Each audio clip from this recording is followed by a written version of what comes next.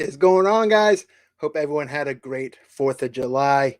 That's right, Treason Day, the original Brexit.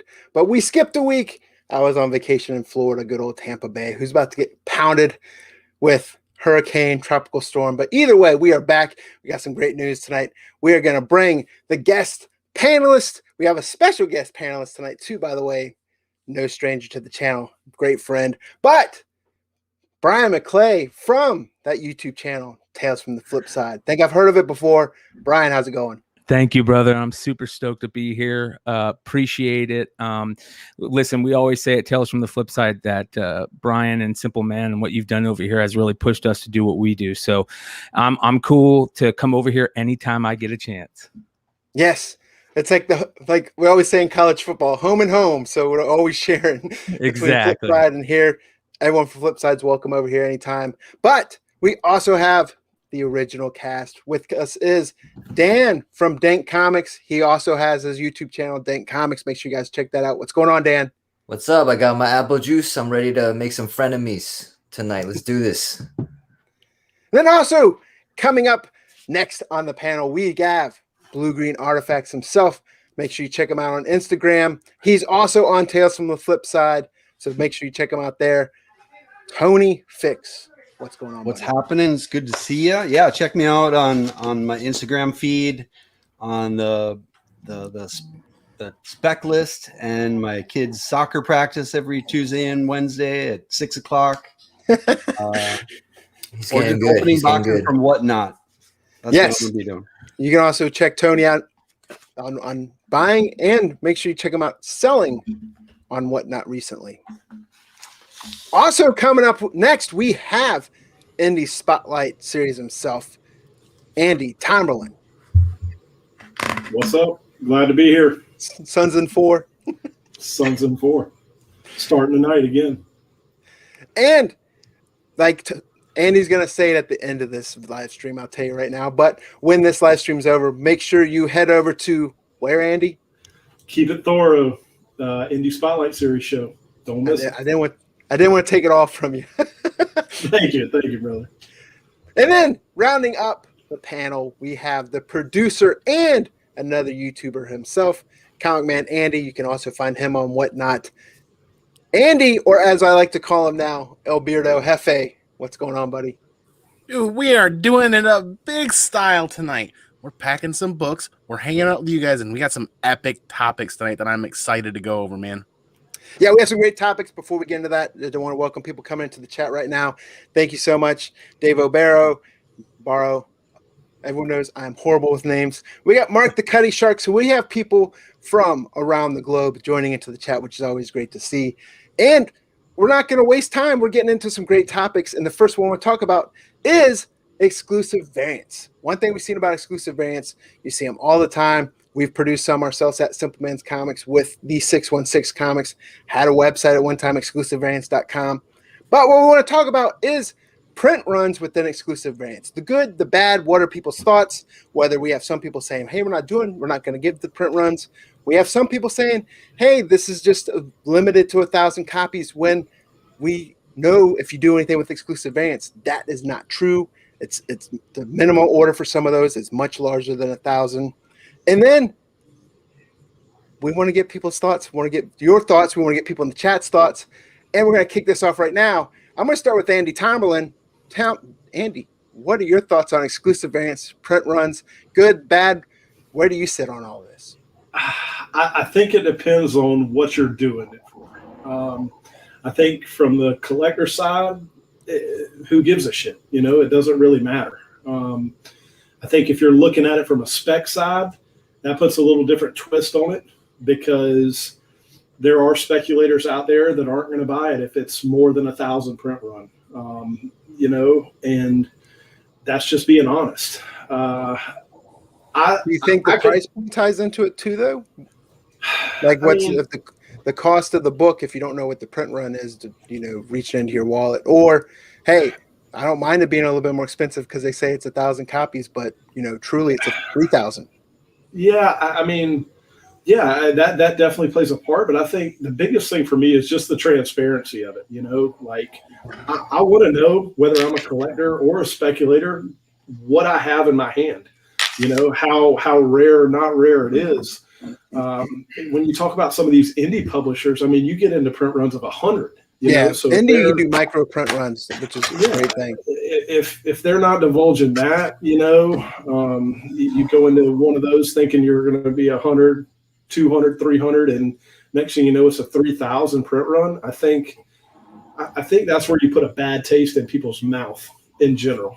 And if you're doing variants like that, I don't think it's a good idea to put a bad taste in anyone's mouth.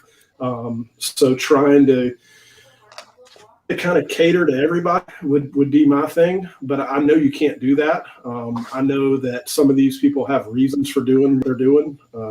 But yeah, to me, I think full transparency is the best. And that's the bottom line. Tony. Yes, sir. You kind of I don't say straddle the fence, but I feel like you do collect, but a lot of times just from looking at your Instagram, you're also big into reselling. What are your thoughts on, the whole exclusive variant? Do you think print runs matter? What do you think about shops saying, hey, there's only 1,000 or so much when we kind of know that there's more? Yeah, I guess, I'll be honest. The vast majority of what I buy right now is based on what value I think it will have. Obviously, I have my own PC. I have books that I will hold on to, but there's a price for everything, right? Even the prize in the prized possession of your collection. If somebody offered you a big enough number, you'd probably take it. So, full transparency. Yeah, I buy some retailer variants that look amazing. I am not the biggest fan of retailer variants. I don't go out searching for them.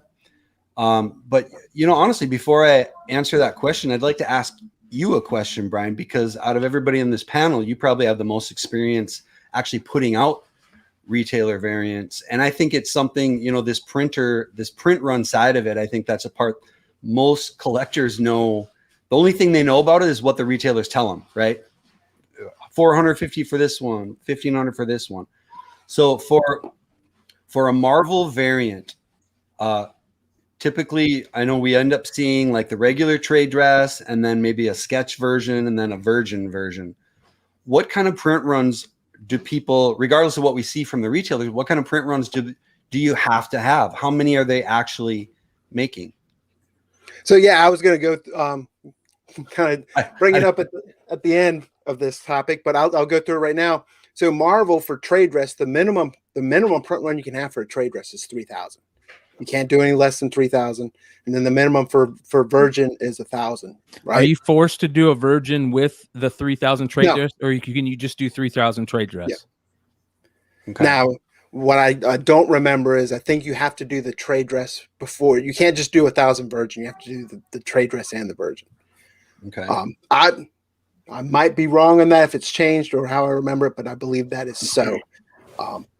With Boom Studios, you don't have to have a diamond account to do Boom Studios unless that's changed, but you can only do the virgin variants, and a minimum of that is 500 copies of the virgin variant. If you have a diamond account, you can do the minimum is 1,000, but you also get your diamond discount. Whereas if you don't have the diamond account and you're just doing 500 virgin, it wasn't when we did it. I want to say it was like $5 to $6 a book, and then the artist fee on top of it. And, Boom is good at it, where you give them a list of artists and they kind of work with the artist for you. Where like Image Comics, however you look at it, Image Comics, you can go out and find your own artist, take care of the artist on your own, and then get the artwork submitted to Image. And for Image, minimum is $500 per cover. So if you're doing 2 covers, you couldn't do like, hey, I want to do 500 of this and 250 of that. You have to do 500 copies of each cover that you're going to do. Okay. That's the minimum. And then for DC, it's 3,000 minimum for trade, 1,000 minimum for virgin, and 1,500, I'm being told, for the minimal trade dress, which is like the cover bees type thing. Okay. So, I mean, and that's fine. I also understand when we were doing virgin variants, and if you know how Diamond ships, you get a bunch of damaged copies. I mean, it was one of the most frustrating things. It's one of the reasons why I was like, I don't want to do with exclusives because it was a pain in the butt. So I can understand retailers saying, hey, we have 3,000 of these.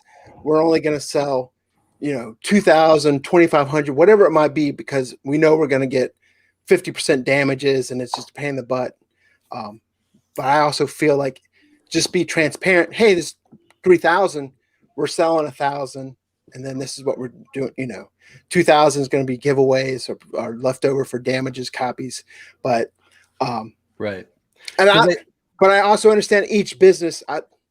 That's just my personal opinion. Each business can do what they want to do. That's why they have a business. But I also want to look after comic book buyers who might not know that information, and they're looking at one retailer versus another, going, "Hey, I was going to buy your book, but you have 3,000 of them." When they're like putting transparency up front, but I'm buying their book because it's only 1,000 of them, and it's the same title. Right. So a lot of the, and again, just to keep people on what we're really addressing, the issue or the debate behind some of it are some of these retailers that just are not releasing the number at all, just for whatever reason, whether they think the number 3,000 just doesn't sound good and they don't think it'll be harder to market their book that way, or if they're getting 1,000 and maybe they want to sell 800 and just hold on to a bunch of them and give them out, claim that the print run is lower than it possibly is. Or I know some retailers have even gotten heat for legitimate or limiting their print run by destroying, by actually, if they get 500 copies, taking 450 of them and destroying them on camera to create a fake artificial scarcity. Yes, thank you for the word that's in my brain and not coming. How out. is it? Let me ask you something, because that artificial scarcity thing always drives me nuts. Because if there's no more copies around, how is it artificial? If there's, you know what I mean? Right. Yeah. Exactly. And the other thing is you could say man-made scarcity. I don't know. Man-made scarcity. There you go. Okay. Whatever. But the thing manipulated scarcity. There you go. The problem with that is it's twofold, right? So you have the buyers of the said exclusive that find out that there was a bunch of books that were destroyed, and then they think, oh, those probably weren't destroyed.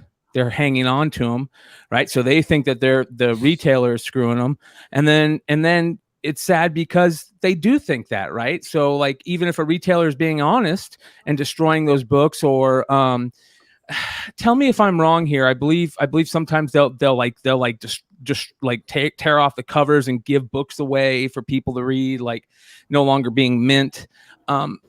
My biggest problem is, I don't care if they do that as long as they're being honest. It goes back to what Andy was saying earlier. You have to let us know the print run. You have to be transparent. If there's no transparency, people are going to be like, he's sitting on books. He's slowly sending out books. He's got a case of them sitting behind him. Because there is no transparency, people are doing that, right? And let's be honest. Here's the other thing that I'm probably opening up a can of worms here, but that's what we do. That's what the show's about. Yeah. The exclusive game right now is muddied up by bad homages and horrible art. There's a lot of bad art, okay? And people are getting tired of certain artists like Peach Momoko. People got so tired of that stuff because every other next exclusive was a Peach Momoko book. Peach Momoko Art Germ 2.0. Yeah, Art Germ 2.0, exactly. So there's so many. It's like all nuance, right? Like this whole thing. To me, one, you need transparency.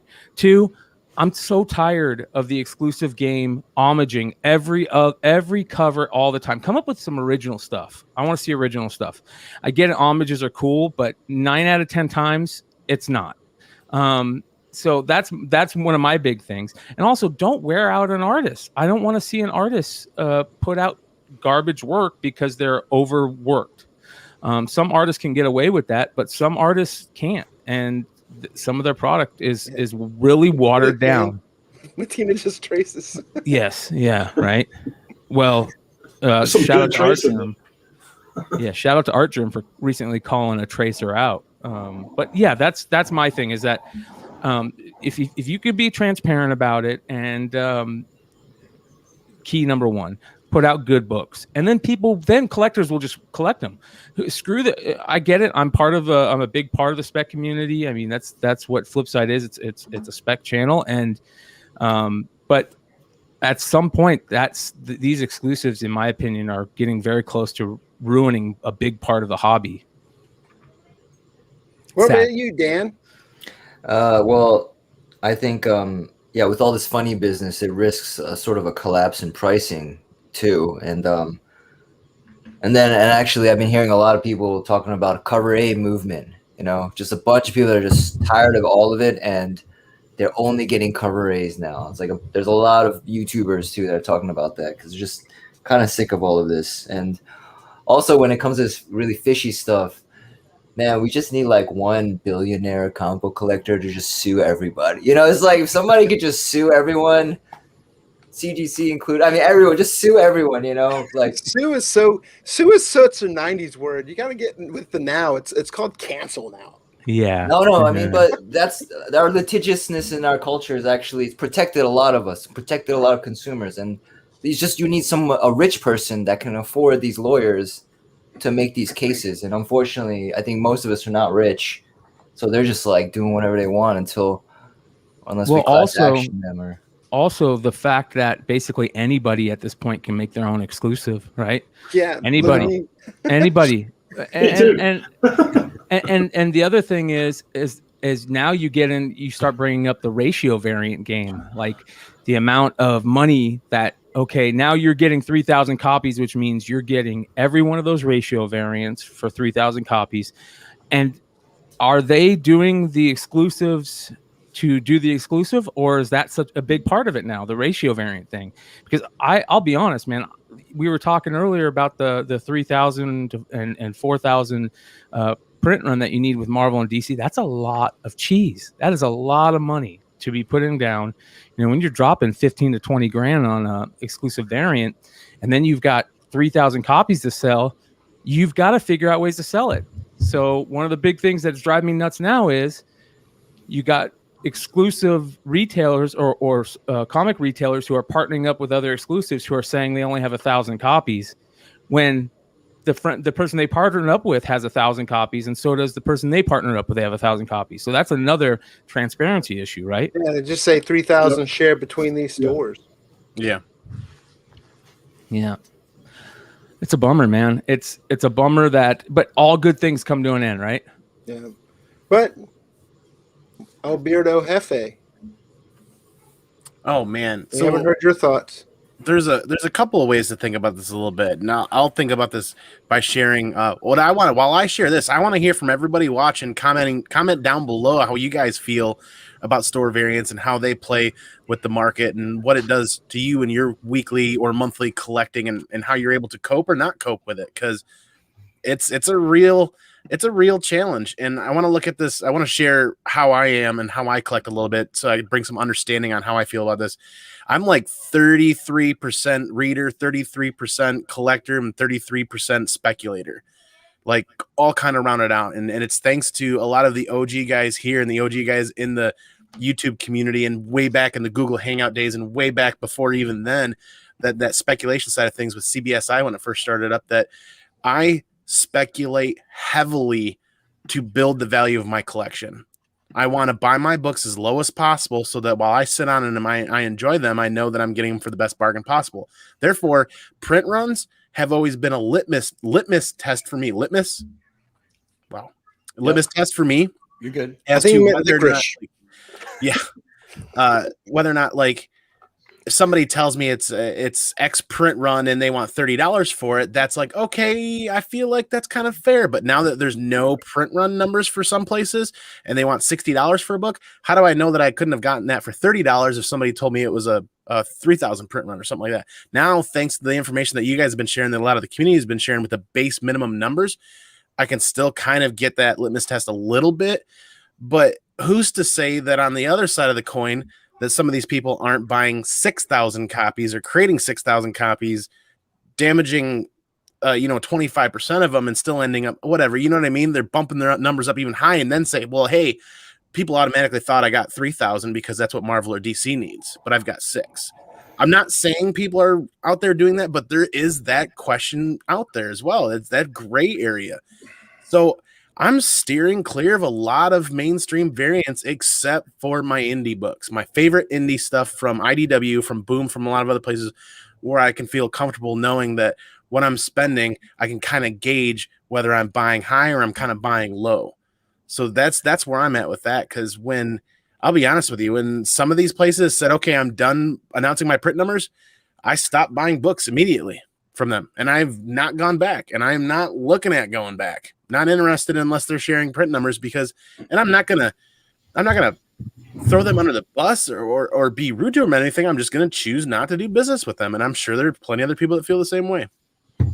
Yeah, I agree with that. And I don't want to play devil's advocate, but I know like one of the retailers that doesn't put print runs out there is Frankie's Comics. Frankie's Comics used to sponsor this channel and donate books to the Patreon box.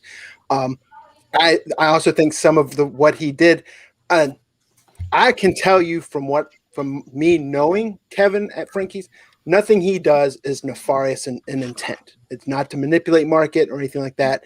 He will get books, and if they don't sell and then they rise in value later, he doesn't sell them for more. He'll sell them either as a giveaway or at a convention for the same price that he did it.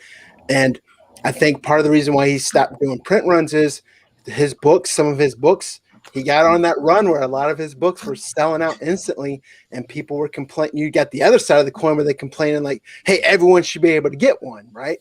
And he's kind of stuck in that rock and hard place where at one point he just said fine and ordered more. Now, do I feel like, hey, maybe you should put the print run in there? Yes. But at the same time, we all know you're never going to please everyone. So it's kind of like pick your line in the sand. And I respect him for doing that. Whether I agree or disagree, all these businesses, I respect them for the decisions they make. This show is for us to share our opinions on the matter. I don't agree with, hey, it's only 1,000 to print run. That's how you want to do it. That is fine. That's why people have businesses. I just wanted to let viewers that watch this channel, watch y'all's channel, let them know, hey, this is the minimum print runs that you have to do, and you guys make your choice whether you want to buy or not buy. I think it also hurts some retailers, like we talked about before, where they've gone out and said, I was going to buy yours, but this one, there's this limit to 1,000, yours is 3,000, so I went with them. So yeah, I got a spicy topic to bring up that kind of goes along with this, and peel back the curtain a little bit. Most guys here know this already. They're part of the chat or they've heard it from us. But we had a little what do you call it? A mix up or a shape up in the Flipside crew last couple months where, we wanted to do a show on exclusive variants, right? And as soon as you do that as a spec channel, people start going, oh, you can't talk about exclusive because now you start bringing in the famous pump and dump, right? Oh yeah. So at what point, and this is my question, at what point is it okay to talk about these exclusives if you're a spec channel? Is it wrong for a spec channel? Whenever you damn well feel like it. Yes, yeah. I mean, I it's your agree. channel. There's always going to be that conversation there. I mean, and I know you're kind of. I know I'm not saying anything that you don't know or don't understand, that you're kind of getting the viewers' opinions, Brian. But I mean, that pump and dump's been there forever. People always say it. It's just there's always going to be those people that feel that way about it. But then there's also the other side of the audience that, hey, we've seen people in the chat say, I buy the covers I like. I buy the art I like. I like exclusive variants, and I take pride in the Patreon box that I put out is full of exclusive variants. And it wasn't necessarily directed at me, at least I don't think so in the chat, where Mystery Box is full of unsellable exclusives, because I could show the track record of the books that go in my boxes for Patreon are selling for $200-$300 on eBay. So right, there's good and bad in all of it, and it's not just variants; it's in comics in general. But I mean, to answer your question, Brian, talk about it when you want to talk about it. Right. And Yep. you know, I'm going to steal one of your lines, Brian, because we talked about a lot of the negatives and the drama and the issues behind it. But that being said, I may not buy a lot of retailer variants, but I am a complete fan of them. I think they should exist. Most of them are put up by comic stores. Don't we want them to survive, Yes. to have another source of income?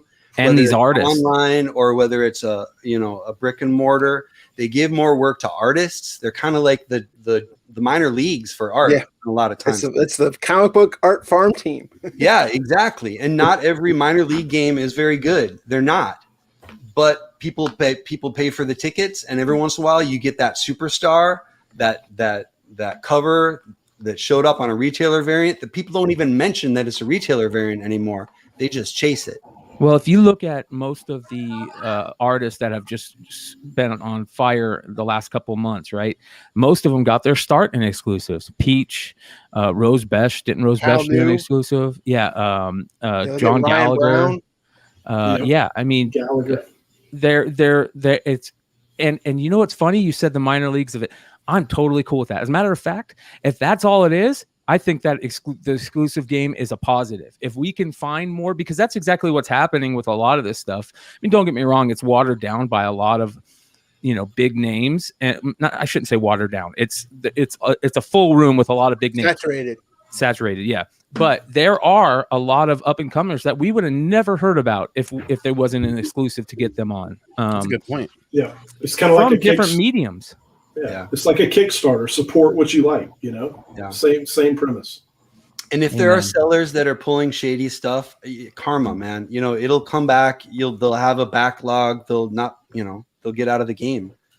The cream should rise to the top. There's two things that will always happen in comics. Spec will always be cyclical. Your dead spec box will always have some worth in it, right? And comic karma is real, very real. Yeah. And anybody who specs understands that. I mean, 1,500 print run, 3,000 print run. I mean, we talk about books that have almost 1 million print run where the book has value. In the long run, these are not important numbers, really. Yeah. Yeah. And I'm sure we could go on about this all night long. But we could do the whole show about this. There was some pretty big news this week. Jay-Z's going to be grading comics, huh? Personally. Yeah. He saved CGC is basically what it was, right? So in my opinion, Blackstone Group may have saved CGC.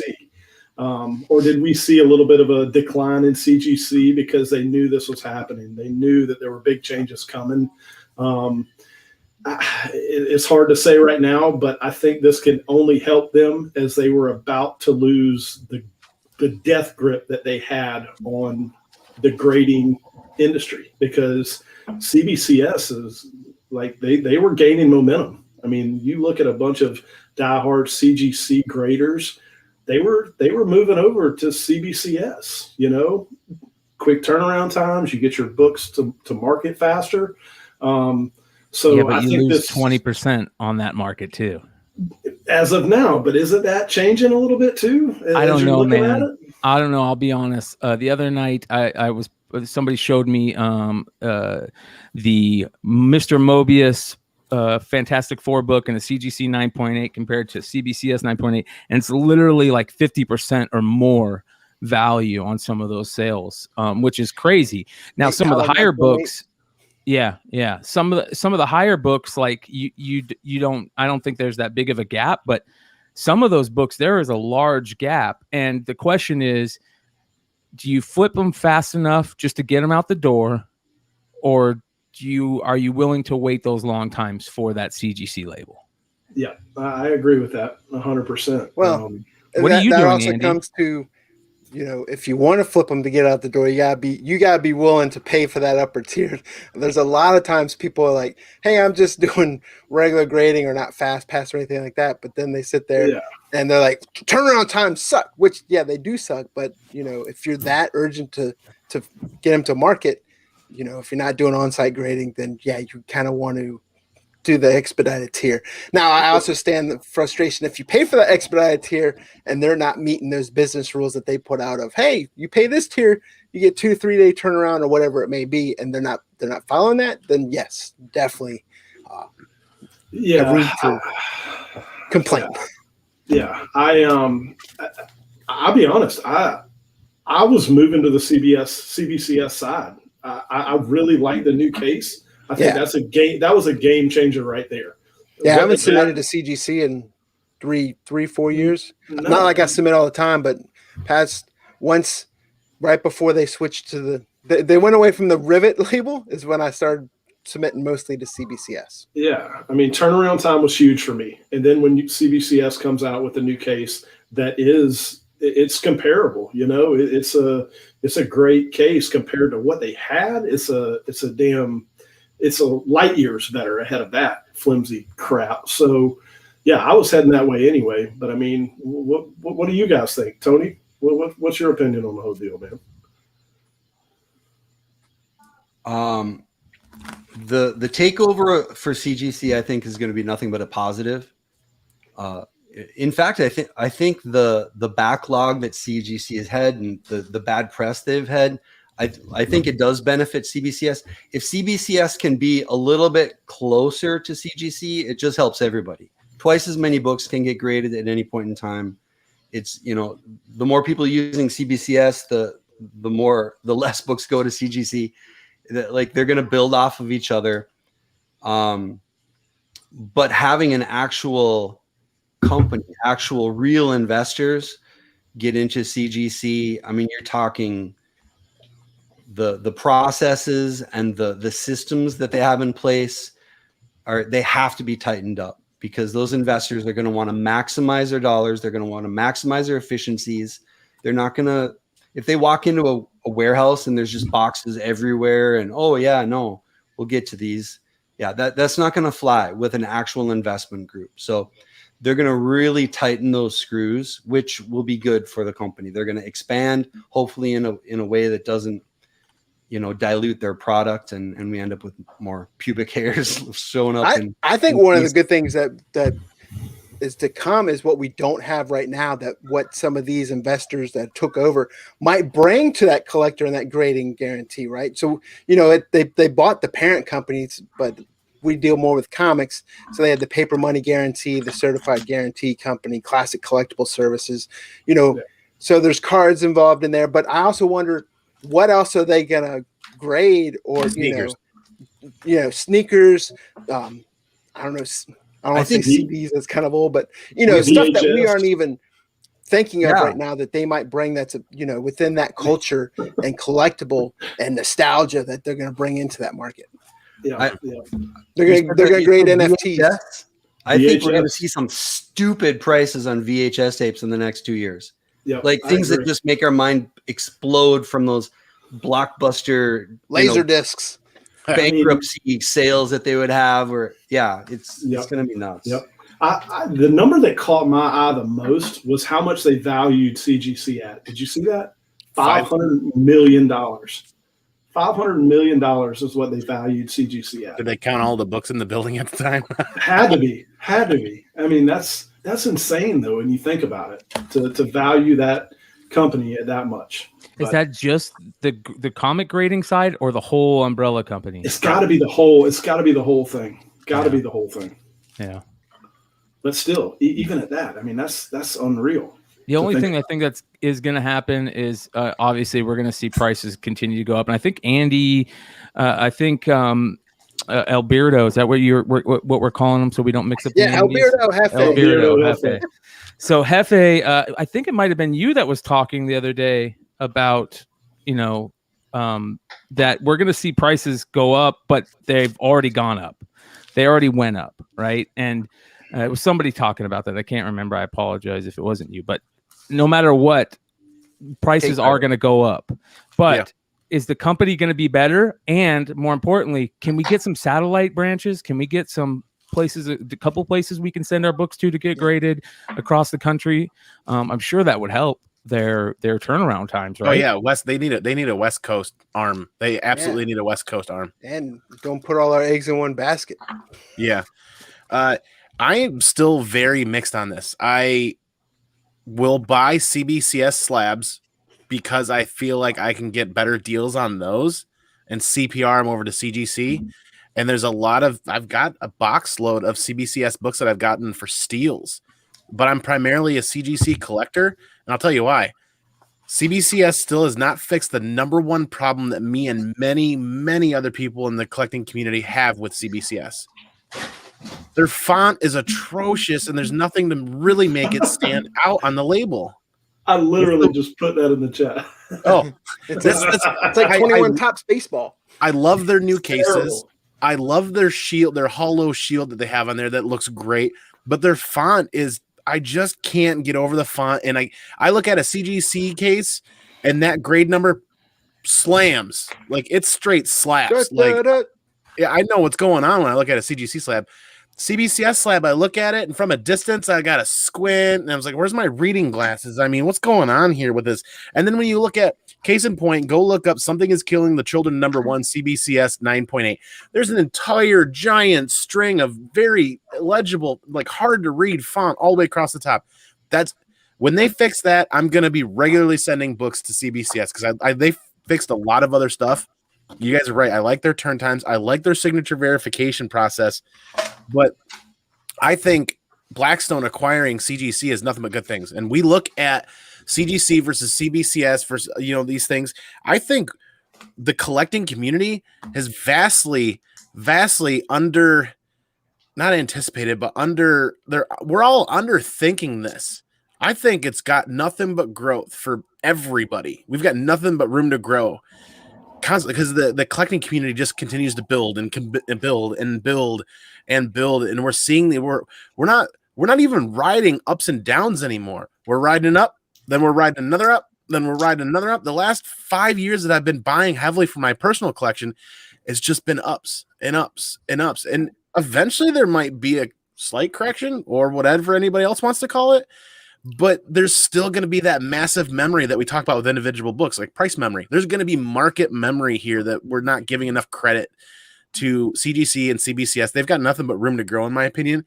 I think Blackstone acquiring this is going to help out tremendously. And I think, dude, graded sneakers, oh, God. Yeah, you know how many people out there that would kill to do graded sneakers or some of the other things? How would you submit that Lego Adidas sneaker? Is it a sneaker or is it a toy? Have you seen that now? They got the Lego Adidas shoes. No, really? He's looking at me like I'm making it up. I'm not making really. it up. Hold on, I'm looking these up right now. He's like, I just don't care.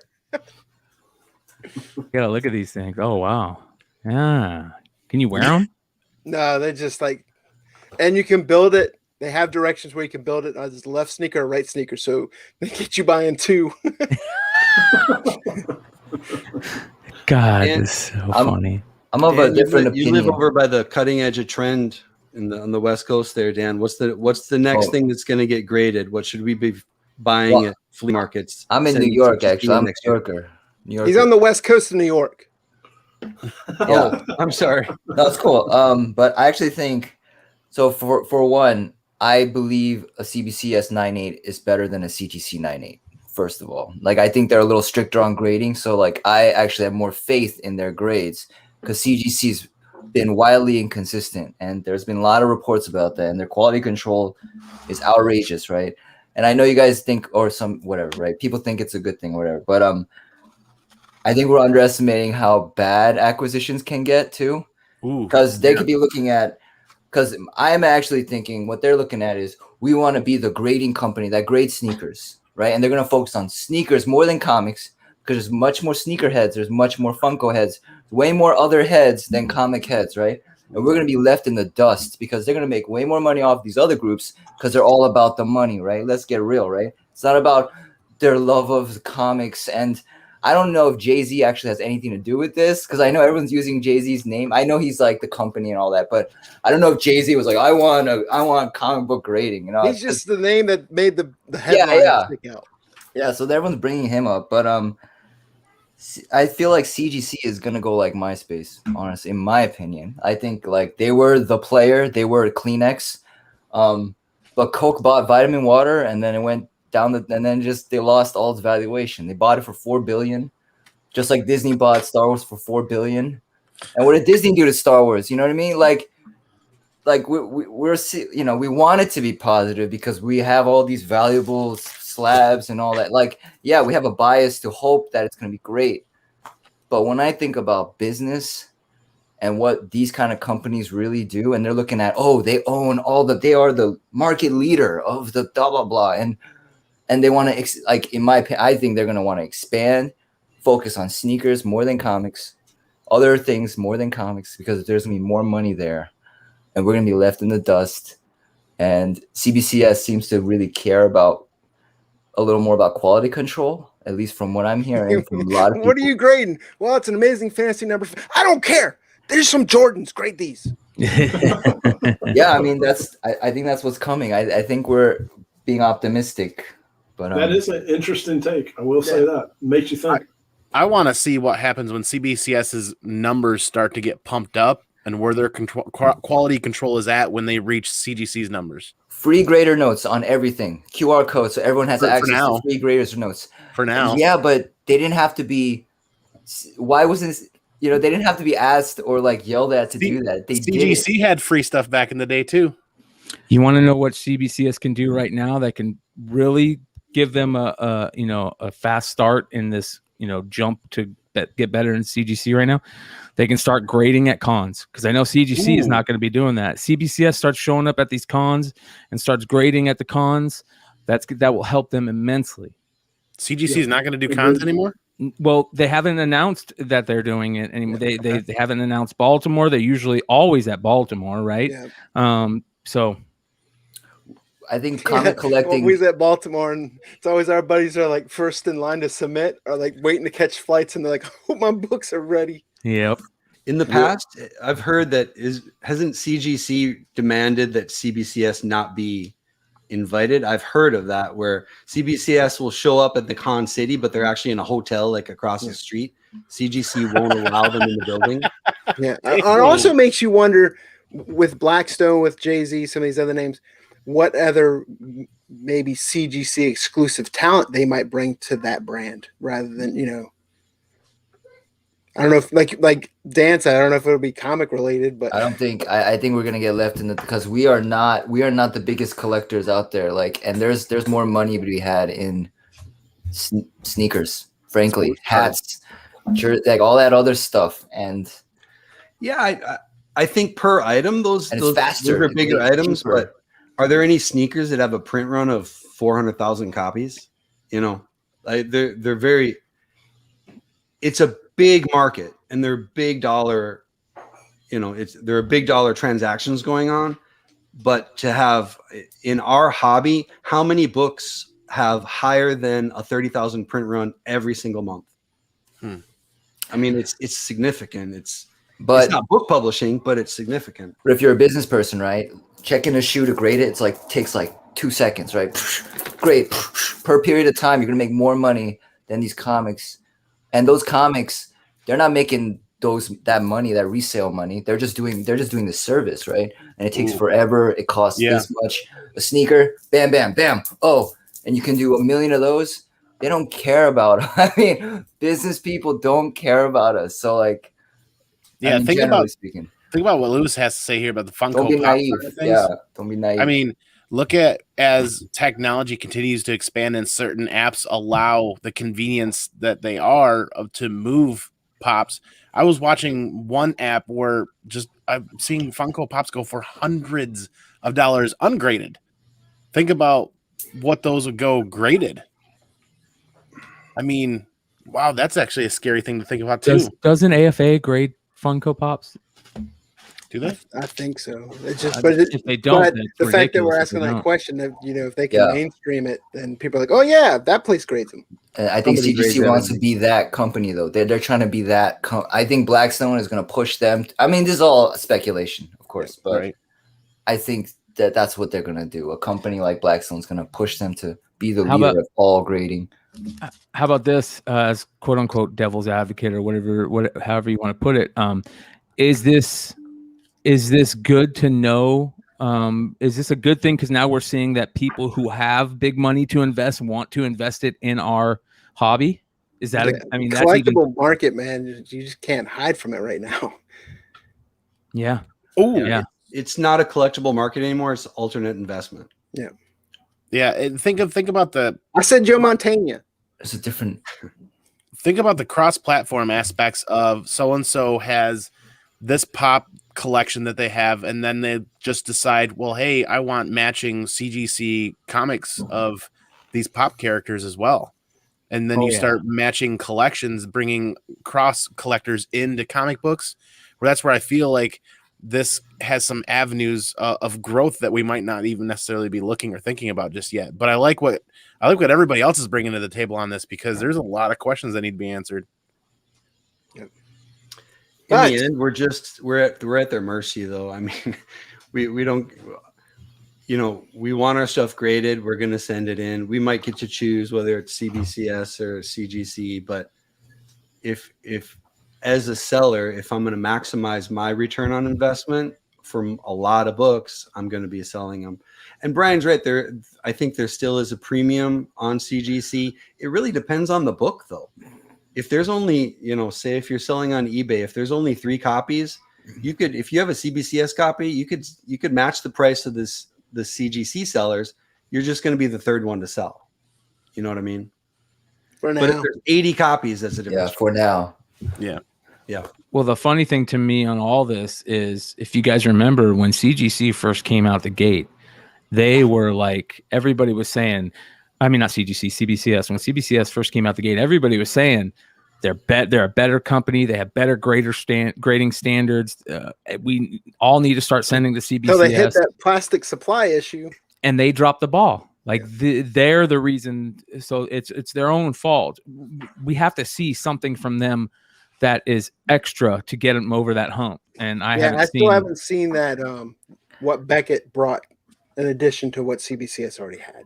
Yep. When Beckett bought CBCS. And the guy that runs CBCS, he said if enough people ask him to change the label, he'll do it. He said that on Steve Barak. Yeah, so I'm like, have you not heard enough people say they want to change the label? Like, when they change the label, man. I'm like, come on. I know I got a box packed up and it's going to CGC, and I cannot wait. I'm excited. Are you expensing? Are you doing the express? I'm doing the fast track at least. I mean, it's kind of one of those things where I sat on some books from 2019 right off the shelf and read them and put them right away. And I mean, you're talking Canto and Something Is Killing the Children books that the ROI is so good right now that I could potentially express them through and still maybe let go of one to cover the cost of the grading for the rest of them. Yeah. I mean, you look at what's happening with PSA in the card industry. I mean, they literally just opened up again their express lane again. $200 a card is the only service I think they're offering right now. Yeah, that's ridiculous. Wow. Insane. Yeah. And here's the thing. I've got 10 cards that I can send in right now that I'd be willing to do it. You know what I mean? Because the return on investment is so high.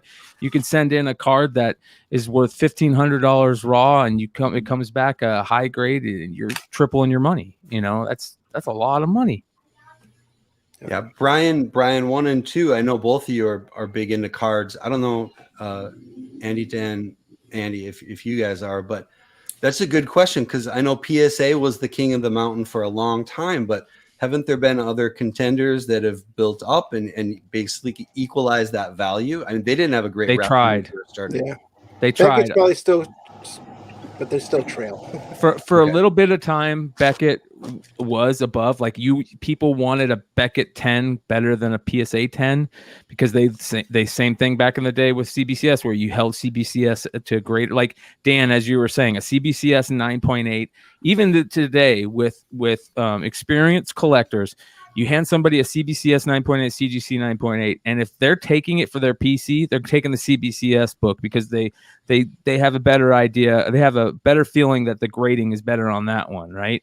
If they're selling it, it's opposite. But if it's for them, they're going to take the CBCS book because 9 out of 10 times it's held to a higher grading standard. That happened with cards, and BGS or Beckett Grading Services for a short period of time was wanted more than a PSA 10, a Beckett Grading 10. Still to this day, if you can get they call it, I think, a black label. Black. Where it's all 10s, all subgrades on the 10s, gets you a black label 10. That is the most wanted grading of any card. So, but the funny thing is, on average, a PSA 10 is going to sell more than a BGS 10. So, unless it's the black label. It's like that CGC, not to carry this on longer, but I kind of like the Beckett label better than the PSA label, though. I do too. Other than Agreed. I like the Beckett black label, and I like the information it gives you, but the PSA case is better. It's not as thick. Yeah. It's not as, it's kind of bulky. So, Tony, Yes, sir. we are getting an MCU movie in the theaters. It seems like after 15 years? I know, right? We're getting Black Yeah. Widow, right? Yeah, back when we were all in college. That was the last time. Yeah, no, finally. I mean, we've had release dates and they get pushed back, they get pushed back, they get pushed back. On my birthday, Black Widow is hitting theaters. Finally. I don't think we've ever been in the situation where we've seen a trailer and then had to wait. Well, maybe we have, but I mean, a year and a half or more to actually see the movie. I've heard a lot of pushback on various sites, and I think the rise of Disney Plus is part of that. People realize that TV medium can be, with Mandalorian and some of these Disney shows, some of the Marvel shows, the quality is just insane, and it still affects pop culture. It still affects speculation. So I think some people are almost a little bit jaded on seeing, movies in theaters. Like they've lost the faith. Right, Well, which in my mind is crazy. We're all, I hate to say we're all MCU fans, but so much of this hobby and this industry is based on the MCU, like it or Comics not. are not comics. You know what you get from a Marvel movie nowadays. You know you're going to be entertained. I was Exactly. going to go see it until the greatest actor of all time, Steven Dorff, just trashed it this weekend. Yeah. that guy's so burnt, man. That guy is so burnt and so jealous. Like, you can tell he's somebody pissed him off, man. He didn't get the call from Kevin, so he's got to vent about it. But no, I thought it'd be worth talking about it. I mean, you wouldn't think that a Marvel release movie would be, a debatable topic necessarily, but it kind of seems like it is. Yeah. I don't So know, where I are used you to go- guys sit on that?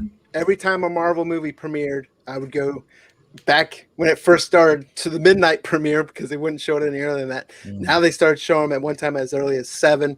But this one, I'm going to the Thursday night, 5 p.m. and it's weird because normally it's like the guys and me and my buddy go, but here it's the wife, my 2 boys, my buddy, his wifey, and their grandson. So we got 7 of us bought tickets on Fandango and they're looking forward to it.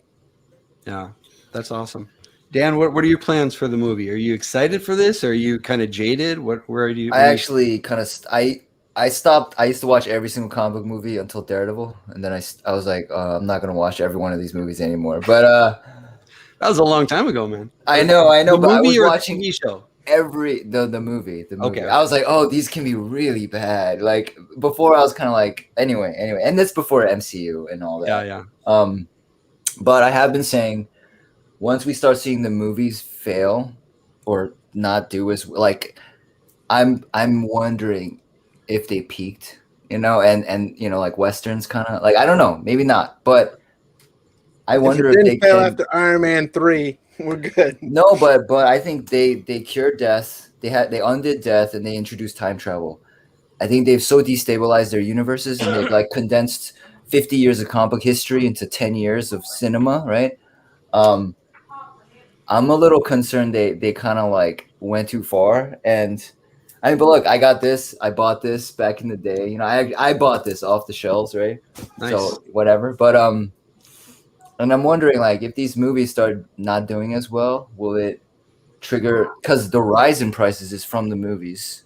So when they start not doing so well, will it trigger a correction or whatever? Like that's something I'm curious about, and I feel like they've destabilized their universes using like Watchmen plot lines. To be honest, DC and Marvel, I think they destabilized their universes in the '90s using the Watchmen plot lines to make money, but like now they're trying to reboot all the time, and the movies are now there where the movies have reached the point in the comics where now they don't know what to do, and they're doing multiverse reboots, like where people get burned out, and I don't know if mainstream audiences how much more they can take, but I don't know. We'll see. No, it took some creative screenwriting to get general audiences to understand time travel. Not that we haven't seen time travel movies before, but the plot of the last two Avengers, I know what you're saying. The plot of those last two Avengers games was a little convoluted when you're talking about changing this history. And hey, do you remember what happened 8 movies ago? We're going to go revisit that,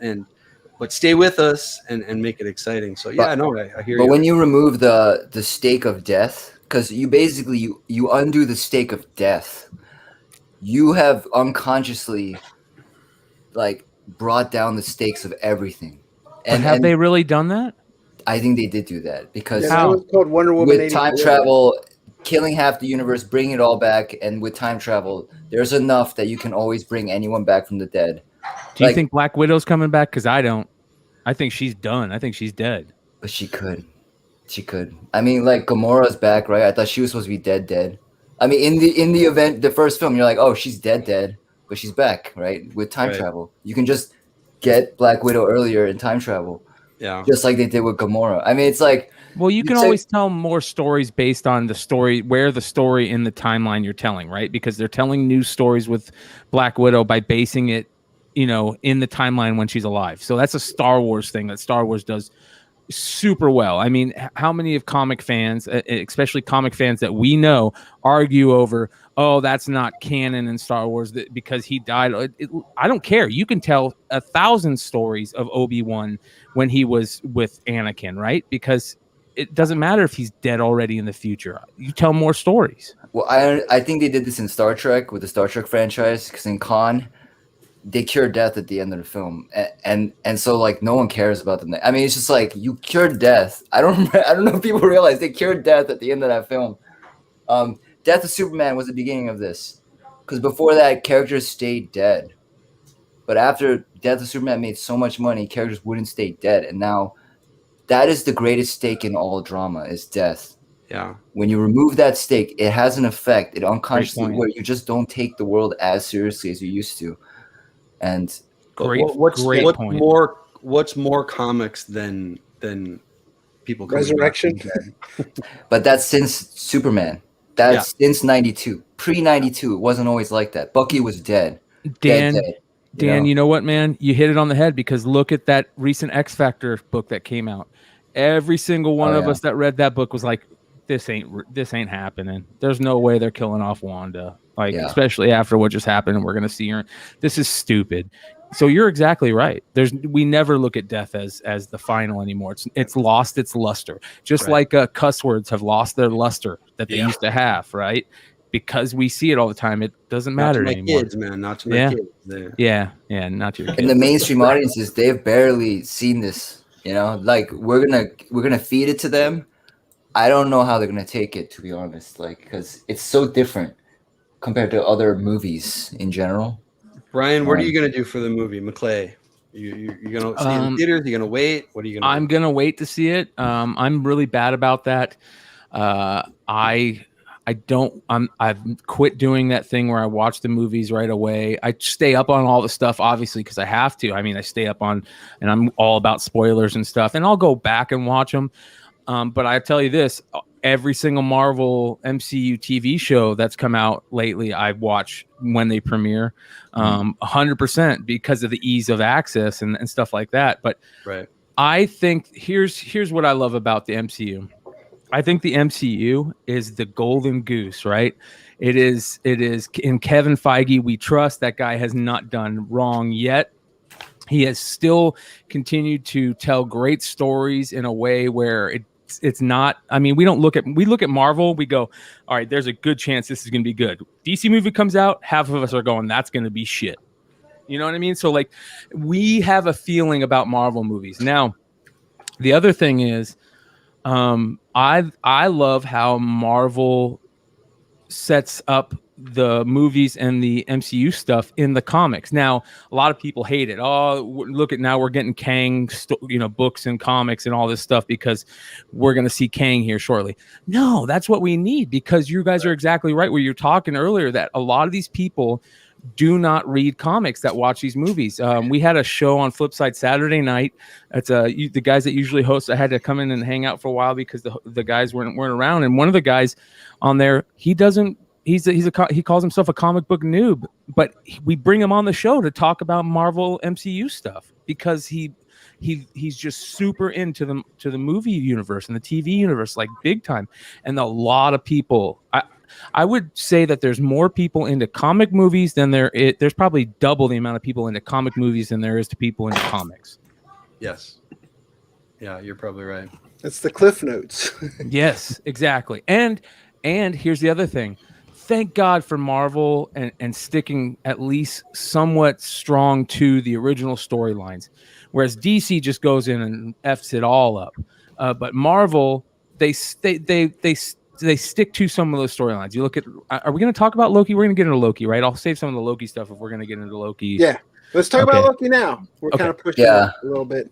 Well, the Loki stuff has been fascinating to me because we were all so bummed out by not seeing Mephisto, not seeing Omega Red, not seeing these characters that we are like already saying, oh, nobody's going to see Kang. But I don't see how they cannot bring Kang into Loki. I mean, do you guys see Kang coming to Loki, or do you guys still think it's a red herring? No, Dan. I gotta give credit to Dan. He was touched on this. Like, we've seemed to have talked about Loki. It's like the constant for this show for sure because it's been so good.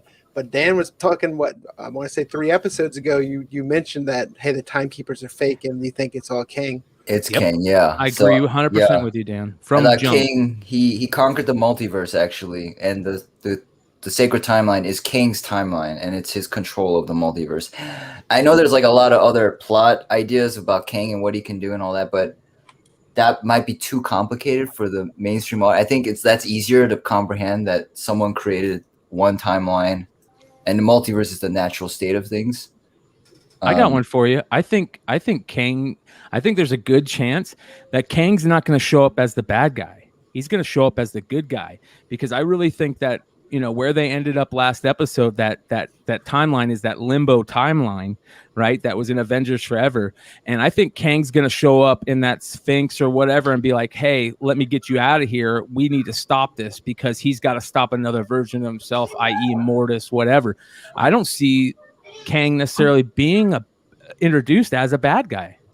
Well, Jonathan Majors is, I don't know if you've seen his acting, but he's a great actor, and I wouldn't be surprised if they did a lot of nuanced things with Kang, more so than just I'm a conqueror, because he's too good an actor to just make him a conqueror. Is that the son of the Fall Guy? Majors? I thought it was Alberto's lighting up over there, but I guess not.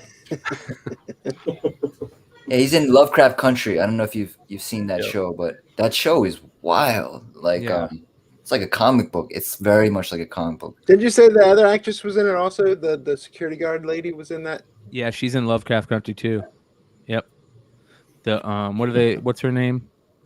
She did a great job in this. I couldn't believe, I love when when good writers can cause you to flip on somebody how they write them, right? Like, one of my favorite ways to explain this is there's 2 characters that when good writing and good acting happens at the same time, one, you forget that the person's playing a role, and 2, you start liking the person that you hated, right? So you got like Jaime Lannister from Game of Thrones. We all hated that character the first couple seasons, and then we freaking fell in love with that character, right? And then you got like Denzel Washington in Training Day. Like, Denzel Washington is this huge actor, but when Training Day, I forgot he was Denzel Washington because he was playing such a good role and it was written so well. And Shane from Walking Dead.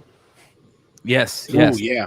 Yeah, and I think that there's some people that have done this in Loki. I think that Owen Wilson has stolen the show, in my opinion. He's done Lightning so McQueen. good. Like that's a person that his being and the character, he's a character of himself half the time, that it's almost impossible to take that out of his acting, right? I But was they watching did. it. I was watching it to catch up when I was in my dad's house in Tampa this past week, and I had it on. And my dad's not much of an MCU or any of that, but he walked by and he didn't even know his name, but he's like, "Oh, that guy's in this," and he sat down and watched the whole episode. And it's like, yeah, it's Owen Wilson, Dad. Well, it's not too dissimilar to your favorite creators on comic books, your favorite creative teams, right? Yeah, Great point. Yeah, amen. They've got a lot of plots they can pluck out of the history of the Marvel universe to get into where King's coming from and how to make him sympathetic. But yeah, all they would have to do, like, this is a total speculation, which is what we do. If his daughter died and he goes back in time to save her, and not just save her in his timeline, but to save her in every timeline, and to solidify that, like. Well, Yeah, isn't he's that what not Kang does in the comics with his girlfriend, right? The what's her name? Who's that chick? That's the judge in Loki. What's her name? Renslayer. Yeah, Yeah. So his Kang, if we all know this, I'm not saying anything new, but that is Kang's deal, right? He's constantly trying to fix the timeline so he can have a timeline where Renslayer and him are in love, but he fucked it all up because he was given the opportunity. I forget which book. It was like an Avengers book, like in the 200s. And they gave him an opportunity where they literally said, hey, you can go fight the Avengers and defeat the Avengers, or go to the timeline where Renslayer is alive and you guys are the greatest lovers and this and that. And because he hated the Avengers so much, and he was, almost human-like, where his anger got to him so much, he chose to defeat the Avengers and screwed it all up. You know what I mean? Messed all that up. So, Tony, you hit it on the head. Like that, like making him, making you feel for him is in that character already. And I hope if they don't play that off, they've got to play that off some way. They would be stupid for them not to. It's such a great storyline. Right. Well, tomorrow, of course, is New Comic Book Day. So we're at that part of the show where we're going to go around and each person's going to tell us what one book they're most excited for that is being released tomorrow. McClay, you're the new guy. We're going to start with you. All right. I'm going to, can I share my screen? Because I'm going to show you this. So, all right. I picked one book and it was easy to find because it was at the top of the list.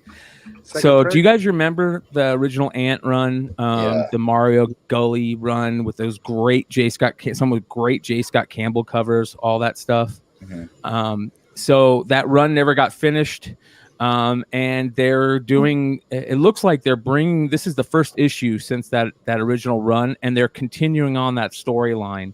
And I don't know if Eric Larson is planning on to redo or bring back Ant and continue new storylines after this issue. But I just thought it was really interesting that we're finally going to see some conclusions to that original Mario Gully run. And Eric Larson is doing it. Now, I've lost a lot of love for Eric Larson over the years. I used to be a big Savage Dragon fan. I loved Eric Larson's Spider-Man run. But it's lost a lot of luster over the years for me. But at least we're getting a different character, so I'm cool with that. So the new Ant run, and it's got the original Daredevil in it, which is also pretty cool. Yeah. Oh, Beardo. Ooh. Keep it. I can't wait to see what happens in Nice House on the Lake 2 tomorrow night. I can't believe I'm saying this. I'm excited for a DC book. Ooh. What's technically it came out today, though, right? Oh, did it? Oh, yeah, DC. I should have stopped today and picked that up. I should have stopped and picked that up today. Son of a biscuit. I'm really excited for that. Issue 1 is still selling really good on a lot of apps, a lot of other places where I'm watching it. It still seems to be moving, and people are still finding it and discovering it. So issue 2, I think, if issue 2 is as good as issue 1, I think the series is just going to pick up steam. And what's Nice House on the Lake? A 12-issue series? That's the cover to have right there. Hold that up The one a little bit. Oh, I hit the wrong button. Sorry, man. That's the cover to have for Nice House on the Lake. That is cool. Yeah, I think it's just a good idea for this is like a cover generator, right? This book, any type of like dark water craziness. We all have nightmares about dark water, I think. Yeah, it growing reminds me up. of the first Poltergeist with the pool. Fast Time is at Ridgemont High, right? Yeah. Me too. Yep. Dan, Well, it's a big week of number twos. We got a lot of number twos coming out next week. I mean, tomorrow or whatever. So that's exciting. But I'm sort of excited and scared about Basilisk issue 2 because I just want it to be good. I want it to be really good. it's And- Cullen Bunn. It should be, right? Yeah, and I also bought way too many copies of issue 1. So Plus, I still think it's their next something is killing the children. yeah, that's what I'm thinking. That's what I'm hoping. So that's why I'm like, oh man, I hope it's like a banger. Because then, yeah. I don't know. Did Tomberlin write about it in his article? It did make it. It did make it. Nice. Did you get the Venmo that I sent? Did you? No, I like that one. I'm really looking forward. I think that series. I think it'll extend past the miniseries. I think they'll extend it, so I think that'll be good for it. But I'm going to steal Brian's thunder. I knew it.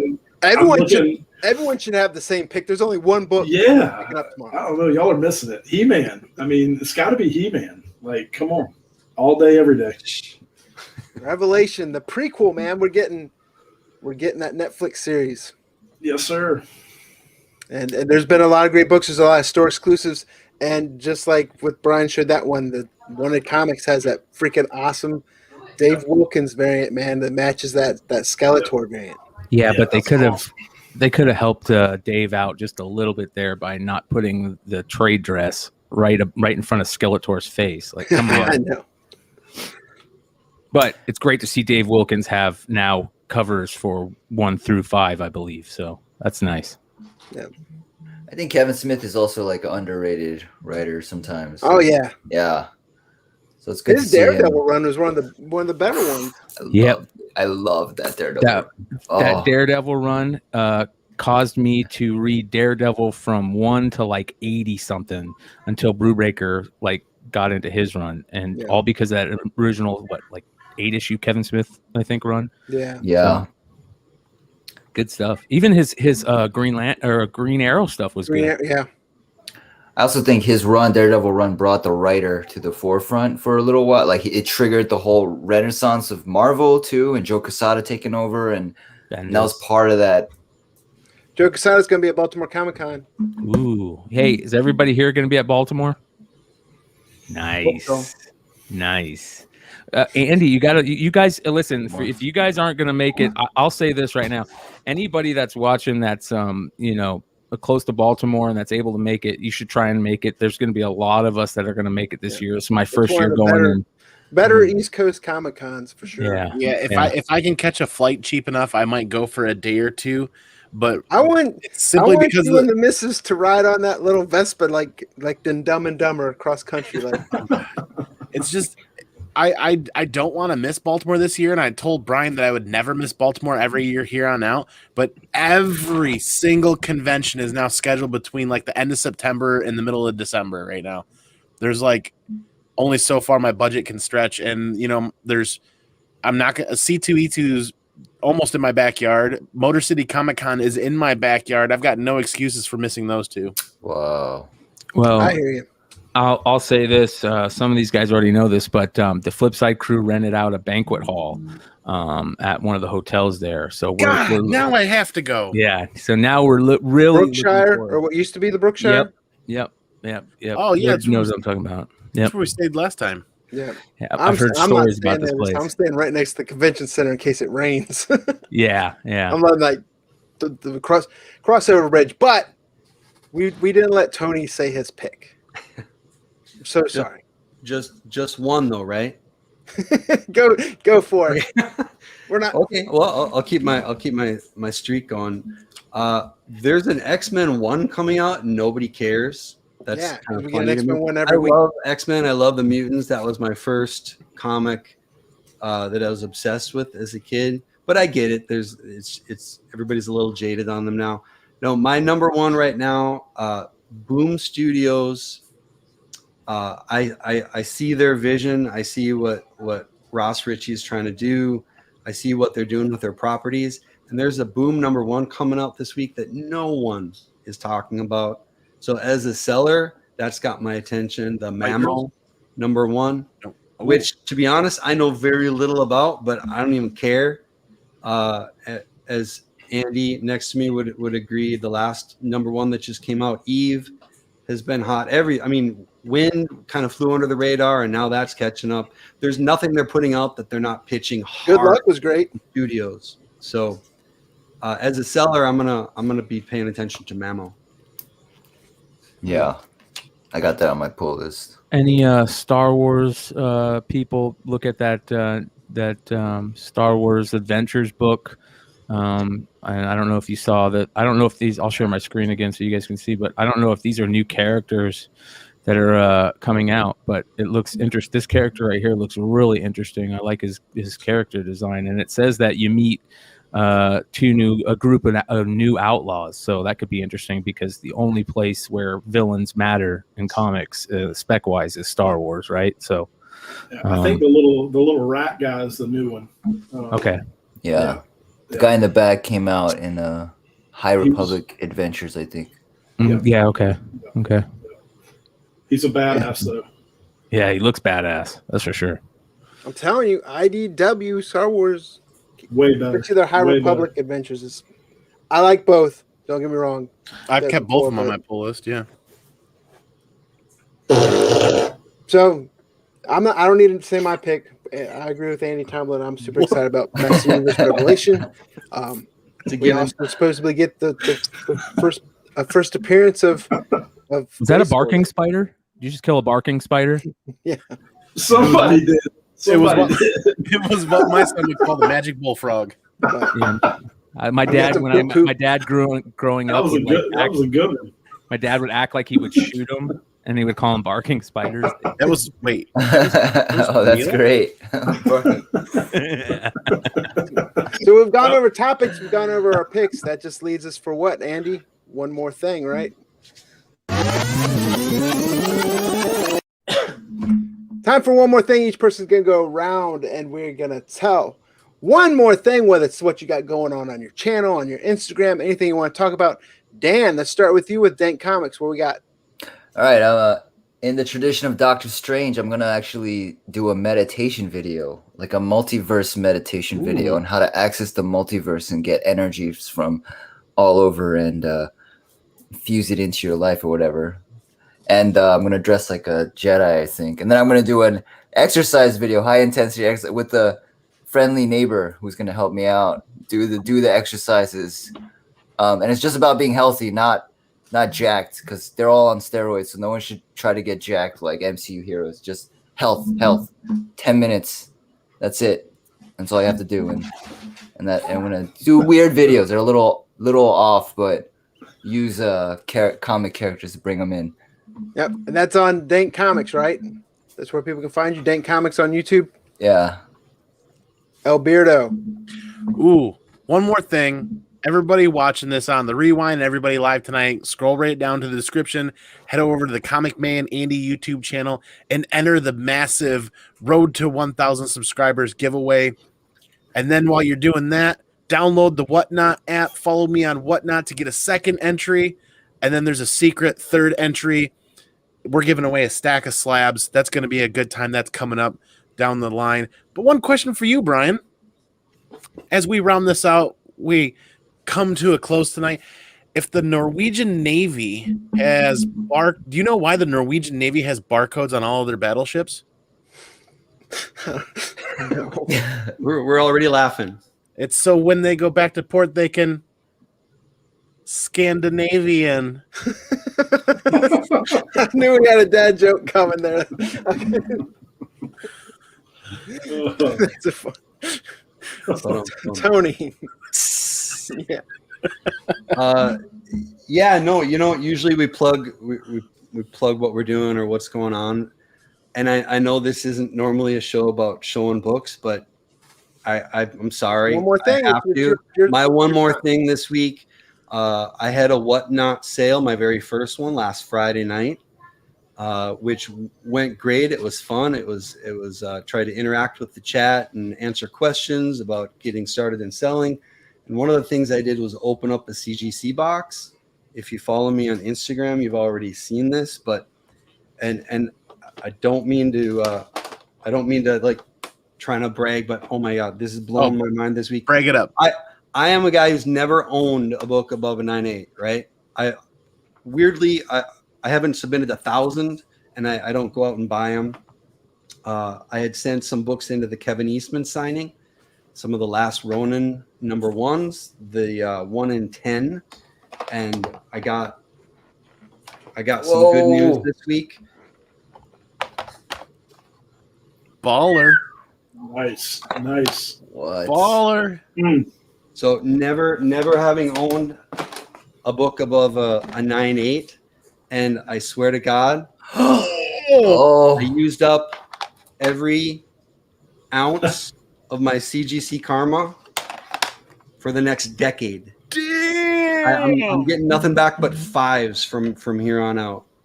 And granted, this is a premium bound book, and there's a lot of 9.9s out there.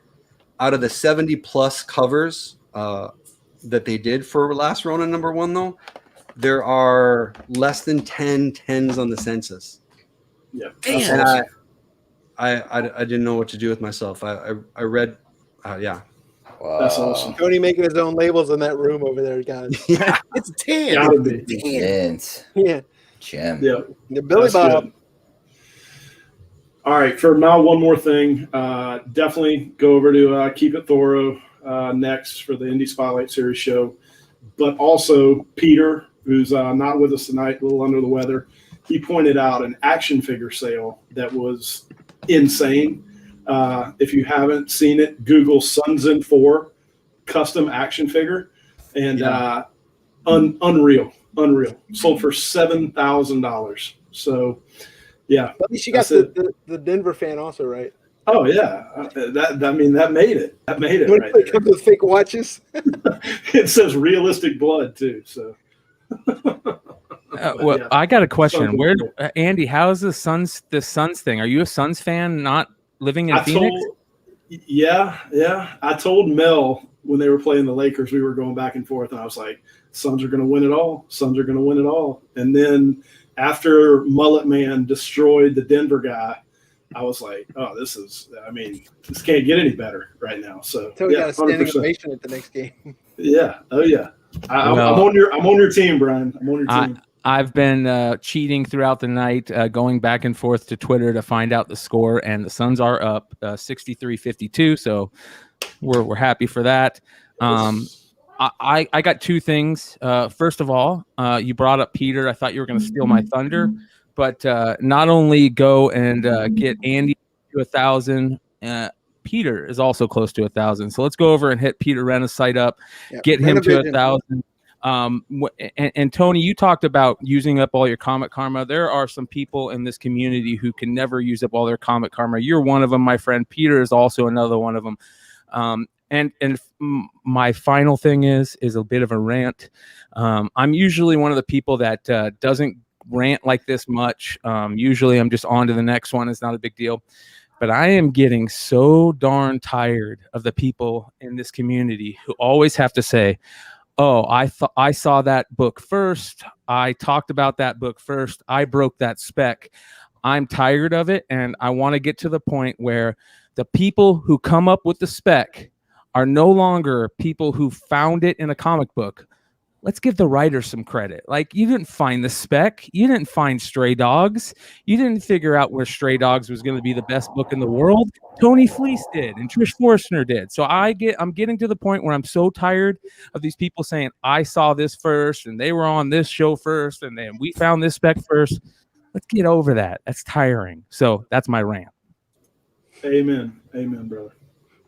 I kind of feel a little bit of guilt there because I did share micro content when I was talking about stray dogs, just because I was super excited about it. But I'm with you where hey, it's not about being first. It's like, hey, I love talking about the books and you love seeing stuff go. But I don't consider myself. I know what you're talking about. You've never been like that. You've never been like that. But yeah, listen. I see people talking about gatekeepers this and gatekeepers that. This is comics, guys. This is comics. So.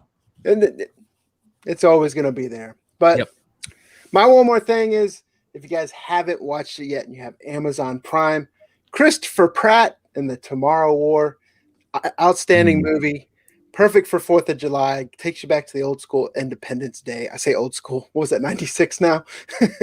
But awesome movie, especially for if you're a dad or if you have a dad. But awesome movie, great action. If you like Christopher Pratt, you're going to like that movie. But that's it, guys. That's our show for tonight. We are live next Tuesday as well, 9 p.m. Eastern. I want to thank Brian McClay, Tales from Flipside, being on, filling in, kind of last minute. Peter Renner was sick. Hope he gets better. Welcome back anytime. Thanks again to the panelists. And again, check the links in the description. I got links to everyone that's on this show. If you want to check out their YouTube channels, make sure you do so. And we will see you guys next week on Comic News Weekly. She pull up, hop out, then she swerve. Do your two-step, your little catwalk, make it work. Make it work, Jill, make it work. Strike a pose, make it work, Jill, make it work. Strike a pose.